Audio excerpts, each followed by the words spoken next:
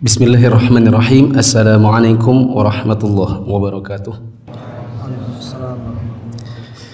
Alhamdulillahi rabbil alamin. Wassalatu wassalamu ala ashrafil anbiya'i wal mursalin wa ala alihi wa ashabihi ajma'in. Jamaah yang dirahmati Allah, kita bersyukur kepada Allah pada hari ini kita bisa melanjutkan kembali Ensiklopedia Salat jilid yang ketiga setelah minggu lalu kita libur. Dan sebagai hadiah minggu lalu libur, nanti insya Allah setelah sholat isya di depan masjid kita bagi coklat. Coklat beli di Arafah. Semoga malam ini bisa makan coklatnya, sedangkan tahun-tahun depan teman-teman bisa wukuf di sana. Baik, sekarang kita masuk dalam bahasan ke As-Sadis Asyar, bahasan ke-16. As-salatu al mayyit, salat yang diselenggarakan bagi jenazah atau bagi mayit. Di kitab Arab halaman 1245, di kitab Indonesia halaman 442. Dan untuk menghemat waktu kita dengar pembaca membacakan Indonesia, dan saya anjurkan teman-teman yang sudah mengikuti kelas-kelas bahasa Arab agar mengikuti kajian ini dengan bahasa Arabnya. Silakan. T. Mensolati jenazah. Ada beberapa hal yang perlu diperhatikan mengenai hal mensolati jenazah, yaitu sebagai berikut. 1. Hukum mensolati jenazah adalah fardu kifayah. Teman-teman masih ingat apa arti fardu kifayah? Coba, Mas.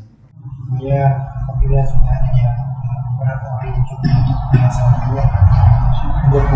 apabila sejumlah orang dengan jumlah yang cukup mengerjakannya, maka gugur kewajiban bagi yang lain. Kemudian, masa berhenti sampai situ? Dan jika tidak ada yang mengerjakannya, maka berdosa semuanya. Lanjut. Hal ini berdasarkan firman Allah. A'udzu billahi minasyaitonir rajim. ولا تصلي على أحد منهم مات أبدا ولا تقم على قبره إنهم كفروا بالله ورسوله وماتوا وهم فاسقون. Dan janganlah sekali-sekali kamu mensolati jenazah seseorang yang mati di antara mereka, dan janganlah kamu berdiri mendoakan di kuburnya. Sesungguhnya mereka telah kafir kepada Allah dan Rasulnya, dan mereka mati dalam keadaan fasik. Quran Surah At-Taubah ayat 84. Larangan Allah untuk mensolati orang-orang munafik menunjukkan bahwa mensolati orang-orang mukmin merupakan sesuatu yang disyariatkan dan memang demikian adanya. Selain itu, karena Nabi senantiasa mensolati orang-orang yang meninggal dunia dari kalangan kaum mukminin, dan terkadang beliau sallallahu alaihi wasallam bersabda, "Shallu ala sahibikum." Salatilah rekan kalian. Nah, kita baca pada poin yang pertama bahwa hukum sholat jenazah itu adalah fardu kifayah. Artinya, dia bukanlah kewajiban untuk setiap individu. Bila ada sebagian orang yang sudah mengerjakannya dan jumlahnya juga sudah cukup, maka gugur kewajiban tersebut bagi yang lain. Maka kalau ada orang misalnya ada mayit di masjid, ya, diminta untuk jamaah mensolatkannya, kemudian ada yang pergi, maka yang pergi ini sebenarnya tidak berdosa, maka dia tidak boleh juga dicela. Ya, misalnya kita lihat teman kita pergi, terus kita cela dia habis-habisan, kamu ini masa ada orang wafat di masjid, kamu ada di masjid terus nggak sholatin lagi. Ya, karena pada dasarnya itu bukan fardu ain. Ya, dan perlu ditabayunkan dulu, kamu kenapa tadi kok keluar?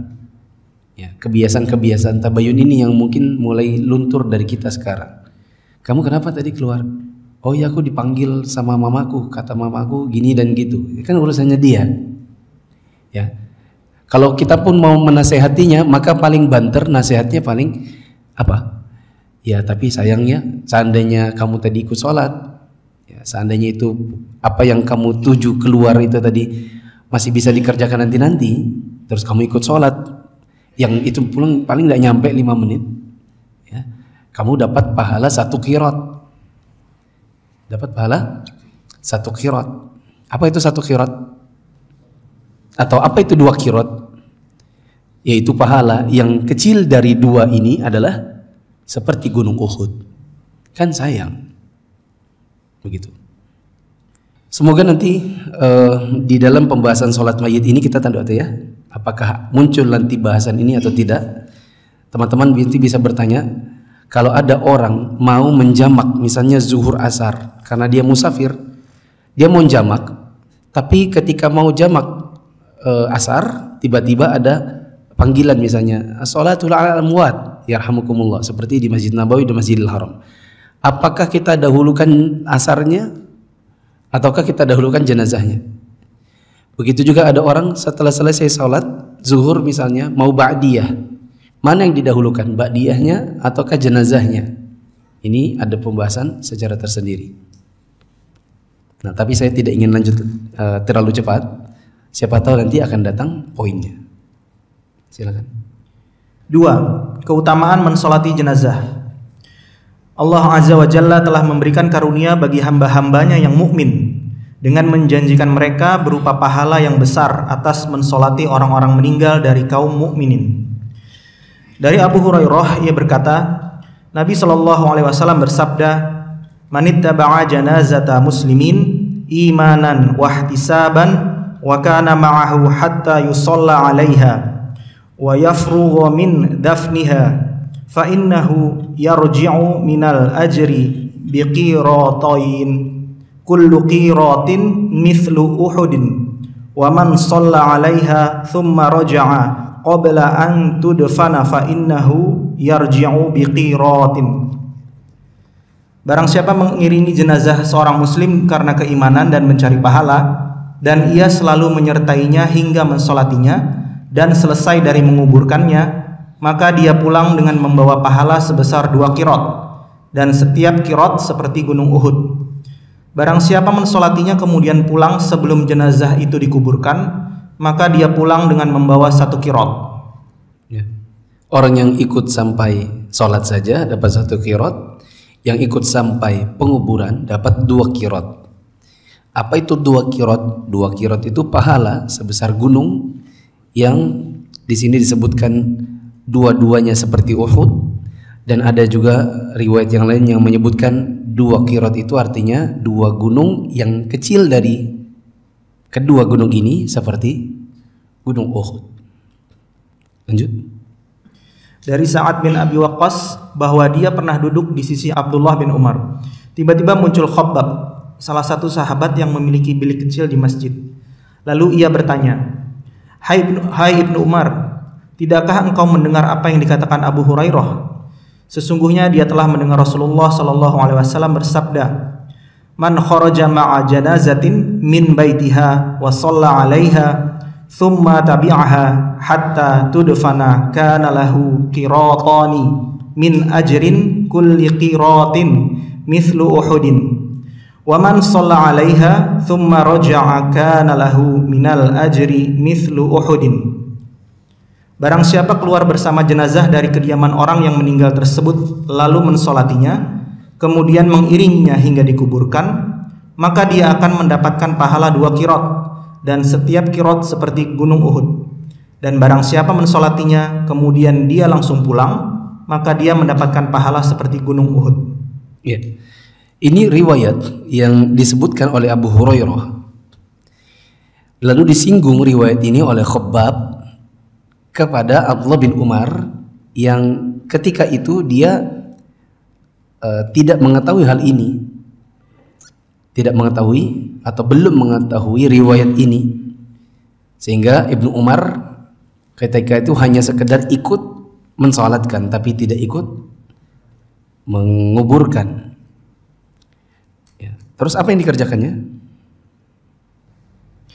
Lalu Abdullah ibnu Umar radhiyallahu anhuma mengutus Khabbab untuk menemui Aisyah radhiyallahu anha agar menanyakan kepadanya mengenai perkataan Abu Hurairah radhiyallahu anhu. Maka karena penasaran, benar enggak ya? Ibnu Umar suruh Khabbab untuk pergi kepada Aisyah untuk bertanya, betul enggak riwayat yang disebutkan Abu Hurairah itu bahwa mensolatkan dapat 1 Uhud, menguburkan, maka dapat 2 Uhud. Terus Kemudian kembali kepadanya untuk mengabari apa yang telah dikatakan oleh Aisyah radhiyallahu anha tersebut. Ibnu Umar radhiyallahu anhuma mengambil segenggam kerikil masjid yang dia timang-timang di tangannya hingga utusannya itu, yaitu Khobab, kembali kepadanya. Setelah kembali, Khobab bercerita, Aisyah berkata, Abu Hurairah telah berkata benar. Lantas Ibnu Umar radhiyallahu anhuma pun mencampakkan kerikil yang ada di tangannya ke tanah seraya berkata, sungguh kita telah menyia-nyiakan qirot atau pahala yang cukup besar. jadi setelah Khobab pulang dari rumah Aisyah, Khobab datang kembali kepada Ibnu Umar, lalu diceritakannya, iya Aisyah bilang riwayat Abu Hurairah itu benar. Ya. Maka Ibnu Umar yang ketika itu sedang memegang-megang kerikil, ya, dia banting kerikil-kerikil itu karena merasa sayang kehilangan pahala besar karena tidak ikut mana? Tidak ikut ke kubur. Ya. Dia bilang, aduh sayang banget kita kehilangan qirot yang besar. Ya. Saya pernah mendengar salah satu guru saya berkata ketika dulu menyebutkan hadis ini, beliau berkata begini, dan coba kita lihat bagaimana para sahabat. Mereka kalau ada satu amalan yang meskipun itu bukan fardu ain, luput dari mereka, pahalanya besar, maka reaksinya ketika kehilangan pahala itu sayang gitu. Waduh, gimana? Gitu, resah gelisah kayak kehilangan apa ya? Kayak orang terlanjur pulang, padahal di tempat tadi dia berada di situ ada pembagian 2 juta per orang. Gimana rasanya? Kira-kira? Kamu kemarin kemana? Kok siang-siang udah pulang? Ya pulang aja, capek tidur. Kamu nggak tahu ada pembagian 5 juta per orang gratis. Apa kira-kira perasaannya? Nyesek gitu ya.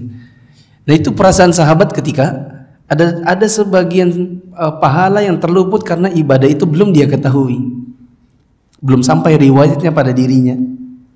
Adapun orang di zaman sekarang, ketika ada pahala yang besar lalu terluput, dia mengatakan, oh ya, tidak apa-apa, sudah besok-besok lagi.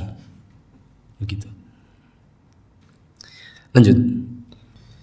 Dalam salah satu lafaz disebutkan, dikatakan kepada Ibnu Umar, sesungguhnya Abu Hurairah radhiyallahu anhu berkata, aku pernah mendengar Rasulullah sallallahu alaihi wasallam bersabda, barang siapa mengiringi jenazah, maka dia akan mendapatkan pahala 1 qirot.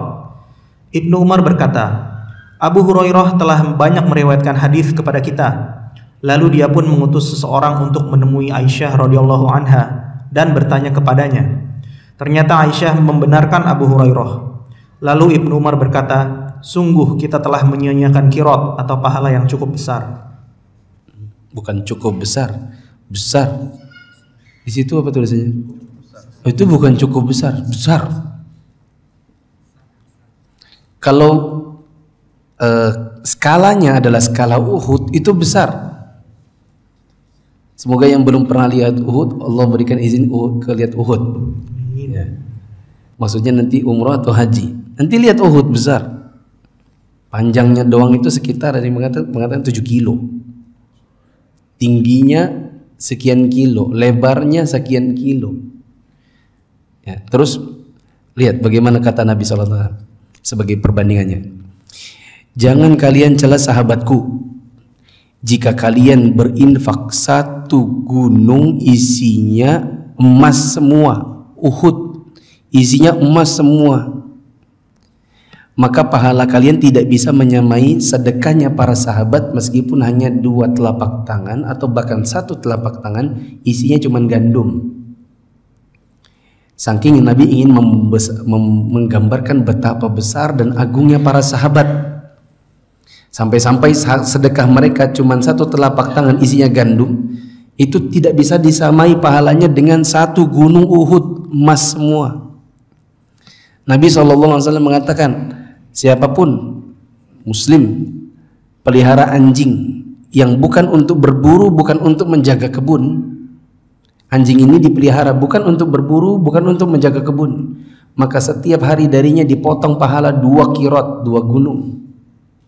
Ya, Nabi ingin menggambarkan betapa besar dosa bagi orang-orang yang pelihara anjing. bukan untuk berburu, bukan untuk menjaga kebun. Ya, maka ini skalanya Nabi SAW untuk menggambarkan sesuatu yang sangat besar, bukan cukup besar. Maka itu korektor nanti di foto. Cukup itu harusnya diganti jadi sangat kalau perlu. Termasuk yang tadi Ustaz. Hah? Termasuk yang kalimat sebelumnya juga. Ya, kalau ada kata cukup besar, bukan cukup besar. Ini pahala yang sangat besar. Nah, makanya saya ini sharing-sharing aja. Salah satu kajian yang selalu saya sampaikan di hari pertama sampai di Madinah biasanya sama jamaah umroh adalah kajian tentang tata cara sholat jenazah. Apa hubungannya umroh sama sholat jenazah? Karena pahala sholat jenazah sangat besar, sementara hampir setiap 5 waktu ada orang wafat dan diumumkan oleh muadzinnya. Ya. Sehingga ada kalanya di hari-hari pertama, di waktu-waktu pertama itu jamaah ada yang tidak ikut sholat jenazah. Nanti kadang-kadang sampai di hotel baru nanya, Ustaz, tadi itu orang sholat apa? Dia nggak tahu sholat jenazah. Dia berpikir ba'diyah berdirilah dia untuk sholat ba'diyah. Padahal ketika dia sholat ba'diyah baru 2 rakaat pertama, muadzinnya mengatakan as-salatu 'alal amwati yarhamukumullah. Dia nggak tahu kan itu apa. Orang-orang yang ngerti berdiri dapat 1 qirat. Setelah dia selesai salam, kita pun akan ba'diyah setelah itu. Lalu dia jelengak-jelinguk. Pulang sepanjang jalan ke hotel baru dia nanya, tadi tuh sholat jenazah ya? Iya. Saya tadi sholat ba'diyah. Iya Pak, Bapak nggak dapat. Oh Ustaz kita nggak tahu gitu. Tapi biarin aja dulu, ada penyesalan gitu kan. Ya, baru setelah itu diberitahu tata cara salat jenazah dan bagaimana pahalanya. Supaya setelah itu jamaah lebih aware lagi. Yang sudah mengerti, yang sudah ngaji sebelum berangkat umroh dapat keuntungan besar. Yang memang belum ngaji, belum mengerti, jadi lebih aware. Begitu. Sedangkan orang yang tidak mengerti, kita dapati ada sebagian kaum muslimin yang Indonesia kah, yang India, Pakistan, Bangladesh kah, yang mana-mana kah. Ya.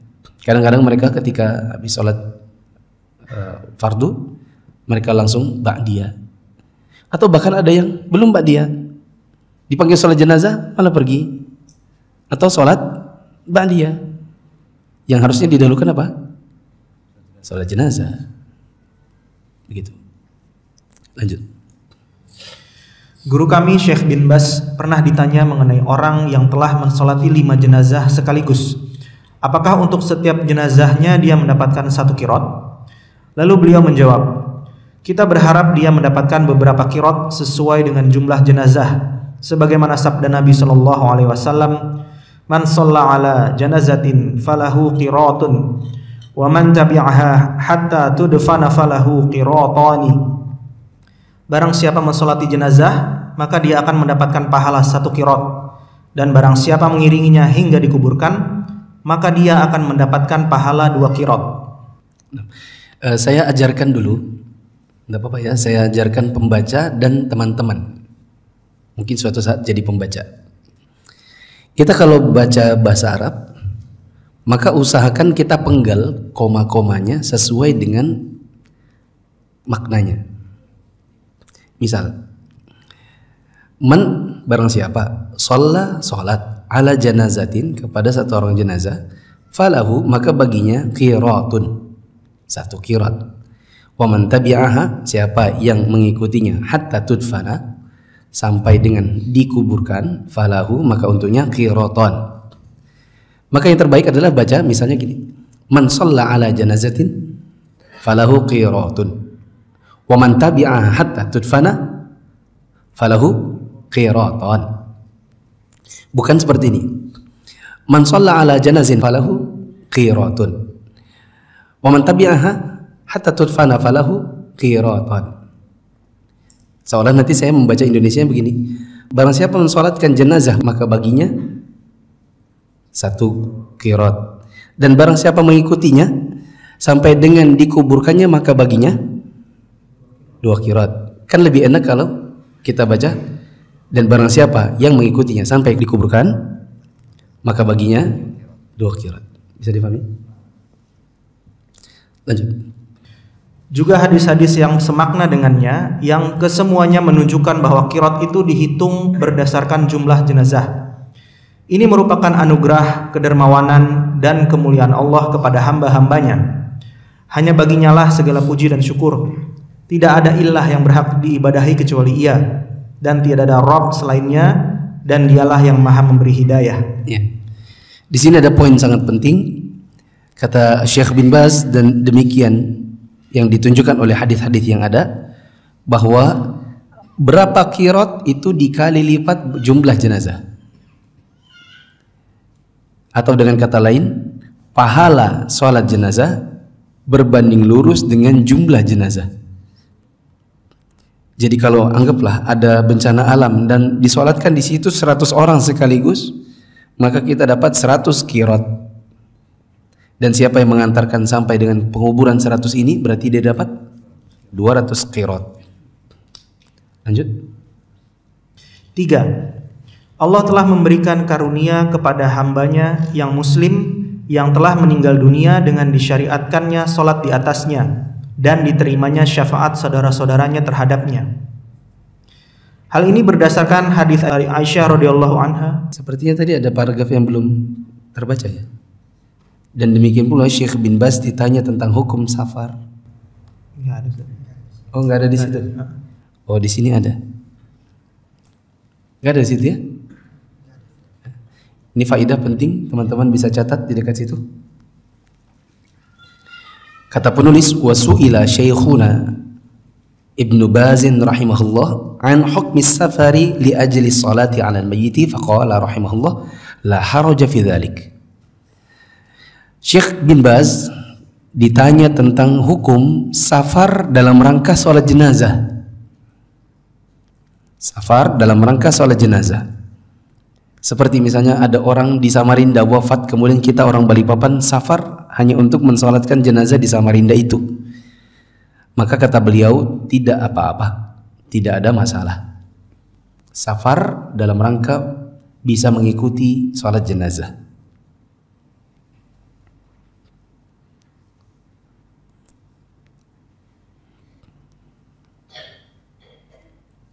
Sudah? Diulang bagian ketiga.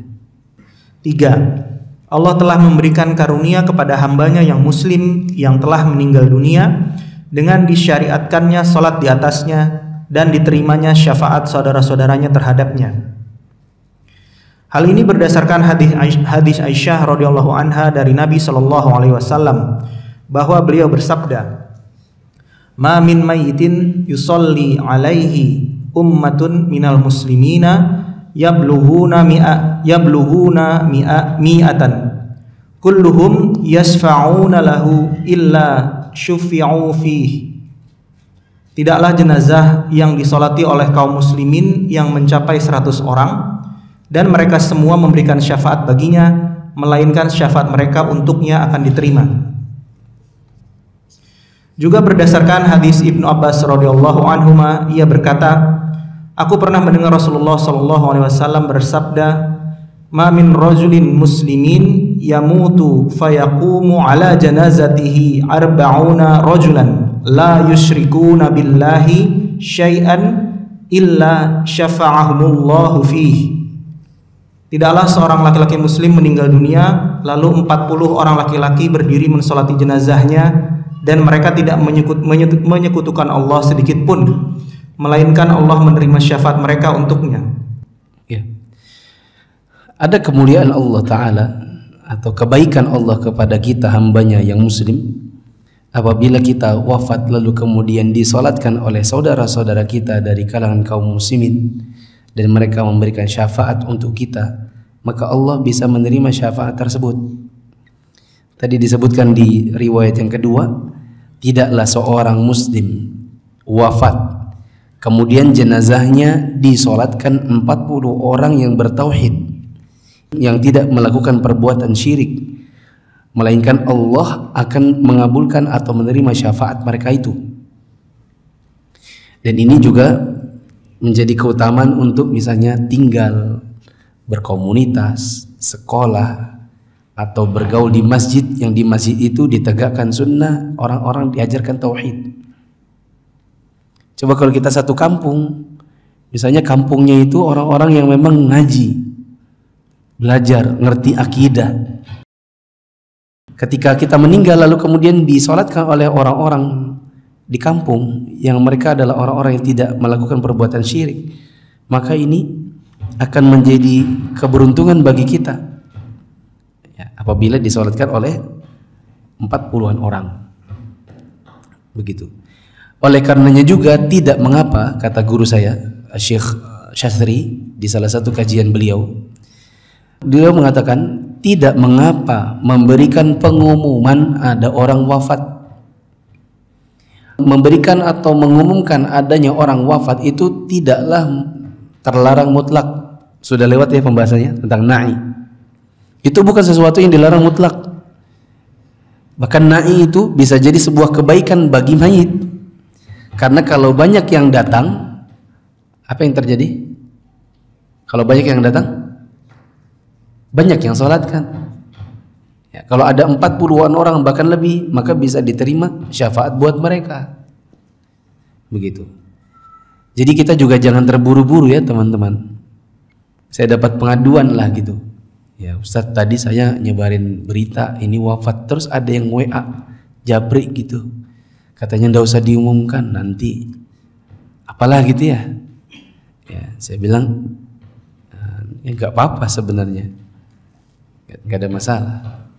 Jadi tidak apa-apa ya teman-teman. Kalau ada berita duka telah wafat fulan, masya Allah orangnya baik, ngaji di sini, dia orang yang bergabung dalam kegiatan-kegiatan dakwah yang suka begini, suka begitu, baik, nggak ada masalah. Harapannya supaya teman-teman datang ikut mensolatkannya. Begitu. Lanjut. Para ulama telah mengkompromikan antara hadis mengenai 100 orang dengan hadis mengenai 40 orang. Saya, yakni penulis, pernah mendengar guru kami Imam Abdul Aziz bin Baz rahimahullah berkata, para ulama telah berpendapat mengenai penggabungan hadis tentang 100 orang dan hadis tentang 40 orang. Sesungguhnya hadis tentang 100 orang itu disabdakan pertama kali. Kemudian Allah memberikan karunia-Nya dengan menjadikan hadis 40 orang menduduki posisi 100 orang dalam hal diterimanya syafaat. Bagaimanapun juga, kedua hadis ini menunjukkan disunahkan memperbanyak jamaah ketika mensolati jenazah. Nah, kalau ada yang bertanya, ada dua riwayat, ada yang bilang 100, ada yang bilang 40. Ya, anggap saja gitu ya, anggap saja. Ini di masjid ada jenazah. Kemudian ada DKM misalnya. Alhamdulillah telah dihadiri lebih dari 40 orang. Kita berharap semoga jenazah ini dapat syafaat kita semua. Karena Nabi SAW mengatakan tidaklah seorang muslim wafat lalu disolatkan oleh 40 yang tidak melakukan perbuatan syirik, melainkan Allah terima syafaatnya. Pas keluar DKM ditegur. Tadi kamu bilang berapa? 40. Salah ki. 100. Yang benar? Yang benar apa? Yang benar satu, ada pendapat dua-duanya benar karena dua-duanya datang dari Nabi. Yang kedua, ada pendapat yang mengatakan bahwa 100 itu awalnya Nabi sebutkan. Kemudian dengan kemuliaan Allah dan karunia-Nya Allah turunkan 40 pun cukup. Jadi yang benar malah 40, bukan 100. Begitu. Lanjut. 4. Syahid dalam peperangan tidak disolati. Hal ini berdasarkan hadis Jabir bin Abdullah radhiyallahu anhuma yang di dalamnya disebutkan, dan beliau memerintahkan untuk mengubur mereka bersama dengan bekas darah-darah mereka, dan mereka tidak dimandikan dan tidak disolati. Sedangkan orang yang terluka dalam peperangan kemudian dia meninggal, maka dia tetap disolati. Begitu pula dengan orang-orang yang mati syahid selain dalam peperangan. Mereka tetap disolati sama seperti orang yang meninggal karena tertimpa bangunan, tenggelam, menderita penyakit TBC, orang yang dibunuh secara zalim menurut pendapat yang sahih, dan orang-orang yang mati syahid lainnya yang meninggal karena selain peperangan, maka mereka dimandikan dan disolati. Tadi ada kata sama seperti. Coba buang samanya, coret. Karena bukan sama seperti. Seperti orang yang wafat yang dianggap syahid tapi bukan di medan perang. Seperti, kan begitu ya? Itu tidak? Sudah lewat penjelasannya. Ada berbagai kondisi wafat yang di dalam Islam dia dianggap mati syahid. Maksudnya apa? Pahalanya seperti mati syahid, tapi bukan mati syahid sehingga hukumnya nanti berbeda. Seperti apa saja? Tertimpa bangunan, tenggelam, wanita yang melahirkan lalu kemudian wafat, ya kan? Jadi itu bukan sama seperti tapi seperti. Teman-teman yang dirahmati Allah, disebutkan oleh penulis tadi ini, syahidul ma'rakati la yusalla alaih. Orang yang wafat dalam kondisi mati syahid di medan perang, maka dia tidak disolatkan. Sedangkan yujrahu fil ma'rakati thumma yamutu ba'da dhalik. Orang yang terluka di saat berperang kemudian wafat. Apa maksudnya? Tadi saya dengarkan pembaca membaca, saya cernanya agak bingung tadi itu. Coba antum baca pelan. Yang mana? Adapun orang-orang yang terluka, sedangkan orang yang terluka dalam peperangan kemudian dia meninggal, maka dia tetap disolati. Orang yang terluka dalam medan perang kemudian dia meninggal. Apa maksudnya? Iya. Maksudnya adalah yang wafat karena lukanya. Maksudnya dia sempat, ya dia selamat. Kemudian dia pulang, lalu luka ini semakin parah, lalu wafat karena luka tersebut. Jadi bukan wafat di tempat. Berarti gimana itu terjemahnya yang baik? Sedangkan orang-orang yang terluka dalam peperangan, di dalam kemudian dia peperangan meninggal karena lukanya tersebut. Iya. Lalu dia meninggal karena lukanya setelah pulang.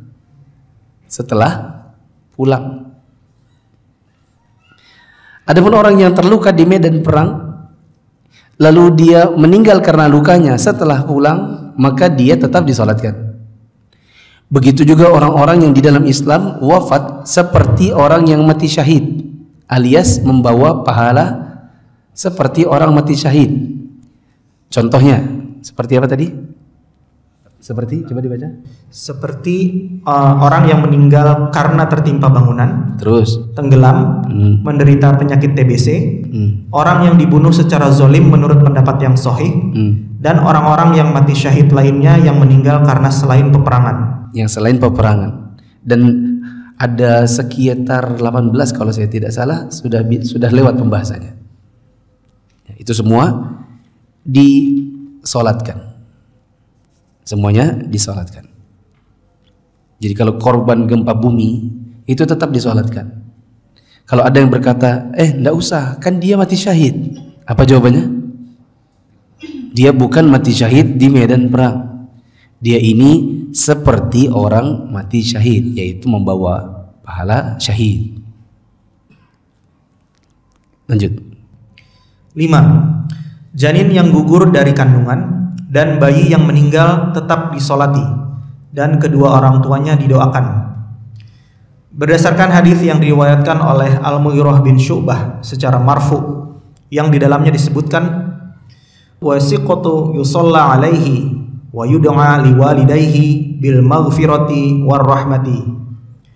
Dan janin yang mati karena keguguran tetap disolati dan kedua orang tuanya didoakan semoga mendapatkan ampunan dan rahmat.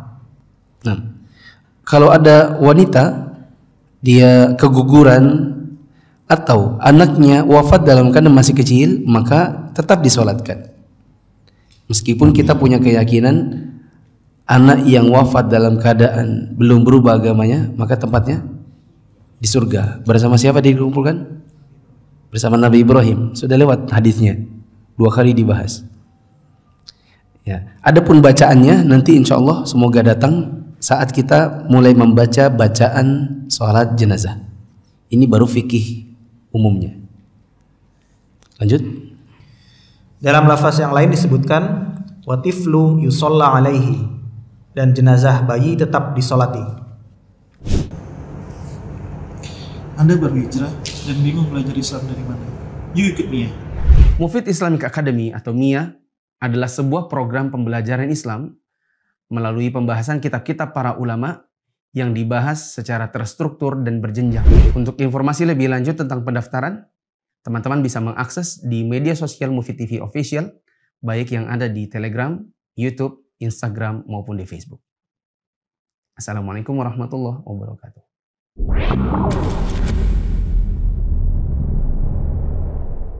Ikut MIA, belajar agama jadi lebih menyenangkan dan bersumber dari kitab para ulama. Ingin belajar agama secara bertahap? Yuk ikut MIA, belajar secara runut dari kitab-kitab ulama. Kita cukupkan dulu, karena kalau lanjut 6 jadinya nggak ganjil. Sementara Allah ganjil dan suka yang ganjil. Kalau dilanjutkan ke 7 juga nanti nabrak-nabrak iqamat. Jadi sampai nomor 5 dulu. Kita ringkaskan. Sholat jenazah itu fardu kifayah. Kalau sudah ada yang mensolatkan jenazah, maka yang lain gugur kewajibannya. Hanya saja kalau tidak ada hal yang mendesak, lalu kita meninggalkan sholat jenazah padahal kita mampu, maka kita rugi. Apa keutamaan sholat jenazah? Nabi SAW sebutkan berapa qirat bagi yang mensolatkan? 1 qirat. Untuk yang menguburkan 2 qirat. Apa itu qirat? Sebesar gunung Uhud. Ya. Apa yang terjadi pada Abdullah bin Umar ketika dia mendengar Khabbab cerita bahwa Abu Hurairah berkata begini begitu? Hah? Enggak. Apa? Dia utus dulu Khabbab ke Aisyah untuk cross check betul enggak riwayat itu. Apa kata Aisyah? Ya memang benar. Apa reaksinya setelah dibenarkan? Ya, dia nyesal. Apa ekspresinya? Banting kerikil-kerikil yang dia pegang. Ya. Dan itu menunjukkan bahwa pahala orang yang sholat jenazah sangat besar, bukan cukup besar. Ya, bahkan orang mukmin itu tidak boleh mengatakan hanya cukup. Pahala itu biar kecil, ya besar. Bagi dia sesuatu yang besar. Kayak apa ya? Ngasih anak kecil kurma, cuman kurma kecil. Ini dek. Itu dia tidak katakan kasih cukup besar. Tidak ada yang cukup. Itu besar. Ya, karena seorang mukmin tidak boleh meremehkan kebaikan sekecil apapun. Terus berapa orang yang cukup untuk memberikan syafaat saat mereka mensolatkan jenazah? Ada 2 riwayat. Ada riwayat yang mengatakan 100 dan ada yang mengatakan 40. Nah, terus yang benar bagaimana? Dengan 2 sudut pandang. Imma dua-duanya benar karena dua-duanya dari Nabi, atau sudut pandang yang kedua bahwa ucapan yang 100 itu duluan datang, lalu kemudian dianulir sehingga yang belakangan datang adalah 40. Dan kaidahnya adalah perkataan Nabi yang duluan datang, maka itu bisa dihapus dengan yang belakangan datang. Ini nanti masuk dalam ilmu ushul fiqih tentang nasakh, ada di dalam bab nasakh. Nanti teman-teman kalau mau belajar ushul fiqih, saya sudah punya video lengkap di YouTube saya tentang ushul fiqih. Terus orang yang mati syahid di medan perang disolatkan atau tidak? Tidak disolatkan.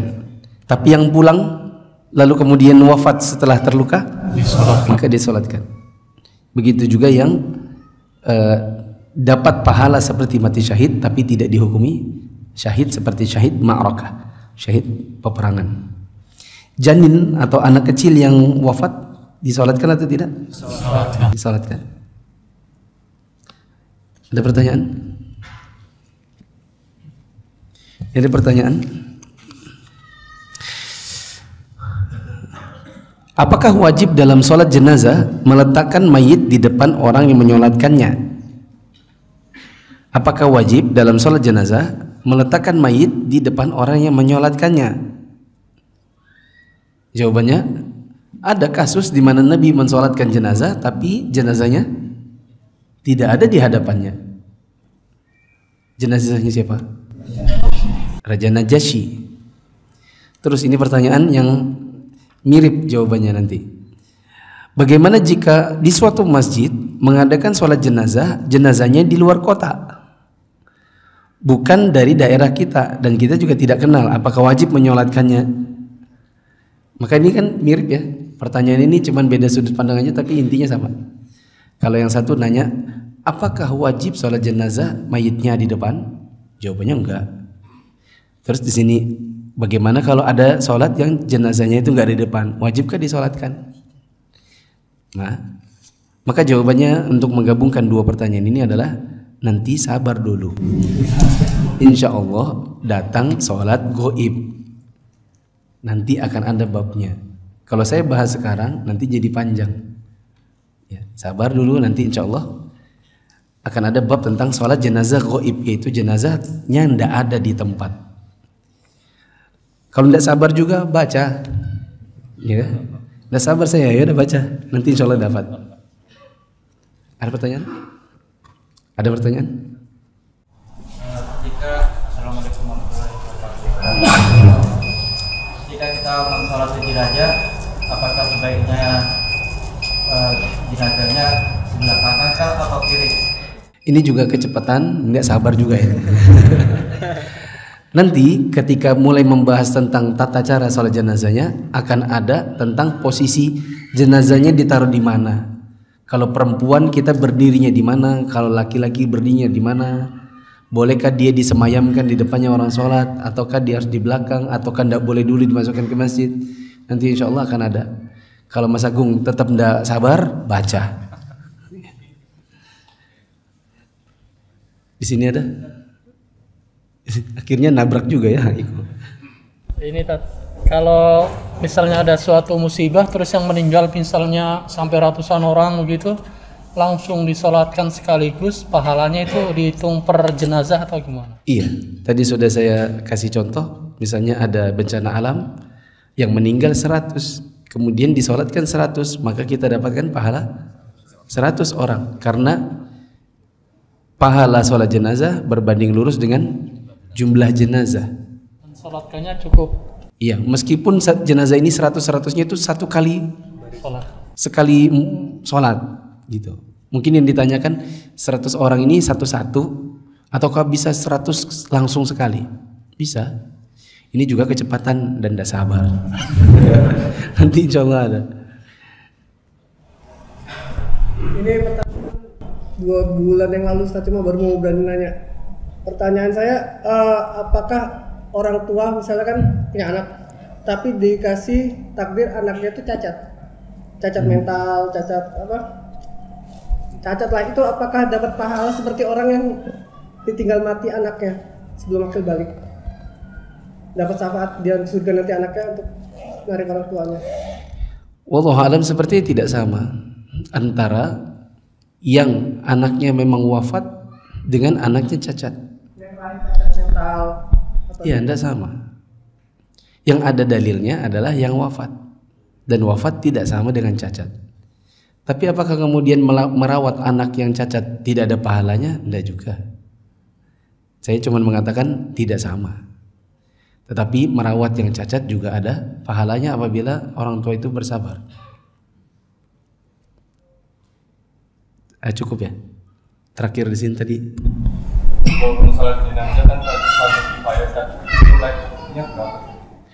Berapakah jumlah orang yang cukup untuk melaksanakan sholat jenazah? 1. Apakah harus berjamaah? Tidak mesti. Asalkan sudah ada yang mensolatkan, maka yang lain gugur kewajibannya. Nanti kalau ada yang bertanya, Ustadz, berapa kadar minimal untuk dikatakan berjamaah? Maka jawabannya 2. Karena sholat jamaah itu bisa ditegakkan dengan minimal 2. Demikian, subhanakallahumma wa bihamdika asyhadu an la ilaha illa anta astaghfiruka wa atubu ilaik. Wassalamualaikum warahmatullahi wabarakatuh. Waalaikumsalam warahmatullahi wabarakatuh.